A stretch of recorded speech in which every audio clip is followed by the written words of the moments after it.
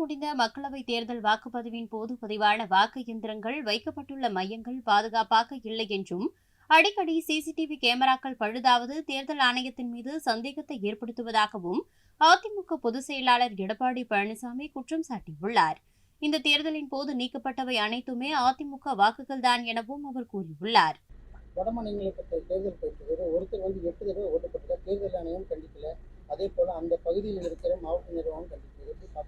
அங்க மட்டும் இல்ல, இங்கேயும் அப்படித்தான் இருக்குது. தமிழ்நாட்டில் மட்டும் எப்படி இருக்குதுங்க? இன்னைக்கு 2 பேருக்கு ஒரு குடும்பத்தில் 2 பேருக்கு ஓட்டு இருக்குன்னா ஒருத்தருக்கு ஓட்டு இல்லை, ஒருத்தருக்கு இருக்குது. டபுள் என்ட்ரின்னு பல பேர்த்த நீக்கிட்டாங்க. குறிப்பா அனைத்து இந்திய அண்ணா திராவிட முன்னேற்ற கழகத்துக்கு வாக்களிக்கக்கூடிய வாக்காளர் பெரும்பாலும் நீக்கிட்டாங்க. அது கோவை மாவட்டத்தில் பல ஆண்டுகளாக வசித்து வருகின்ற அவர்களுக்கு ஆதார் எண் இருக்குது, அதே வீட்டில் வசிக்கிறாங்க. அப்படிப்பட்ட வாக்காளர்கள் கூட டபுள் என்ட்ரி நீக்கி இருக்கிறாங்க. பல்லாயிரக்கணக்கான வாக்குகளை நீக்கப்பட்டு விட்டாங்க.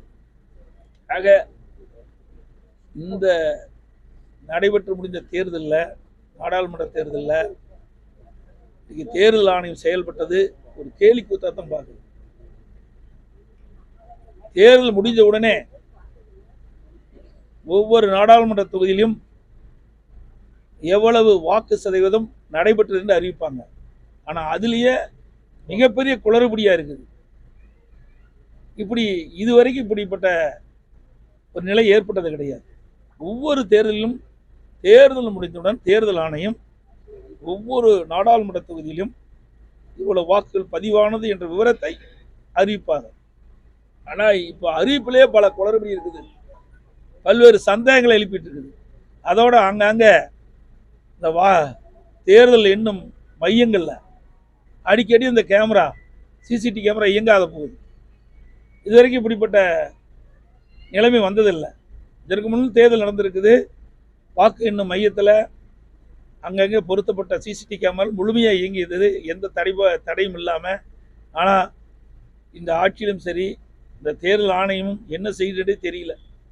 இதே போல காங்கிரஸ் 400 சீட்டு ஜெயிக்கிறோம், அதே போல பிஜேபி 400 சீட்டு ஜெயிக்கிறாங்க. எல்லாம் 4ஆம் தேதி தெரியும் எத்தனை சீட் ஜெயிக்கணும். அது வரைக்கும் அவர்களும் சொல்லிட்டு தான் இருப்பாங்க. ஆனால் தமிழகத்தை பொறுத்த வரைக்கும் தமிழகத்தில் 39 இடங்கள், பாண்டிச்சேரி 1, 40 இடங்களில் அனைத்து இந்திய அண்ணா திராவிட முன்னேற்ற கழகம் அனைத்திலும் வெற்றி பெறுவதற்கு நல்ல வாய்ப்பு பிரகாசமாக இருக்குது. செய்திகளை உள்ளது உள்ளபடி தெரிந்து கொள்ள ரெஃப்ளெக்ட் நியூஸை சப்ஸ்கிரைப் பண்ணுங்க.